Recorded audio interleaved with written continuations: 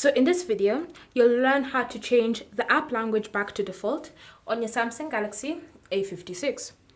So if you've changed the app language for example, for Google Chrome, and you want to take it back to the system default language, this is what you need to do.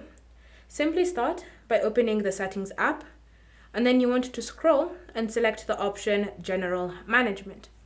Under General Management, tap on App Languages, and then you want to look for the specific app whose app language you changed. Once you found it, tap on it. From here, look for your system language. So it should be listed in this option labeled System Default, and tap on it like that.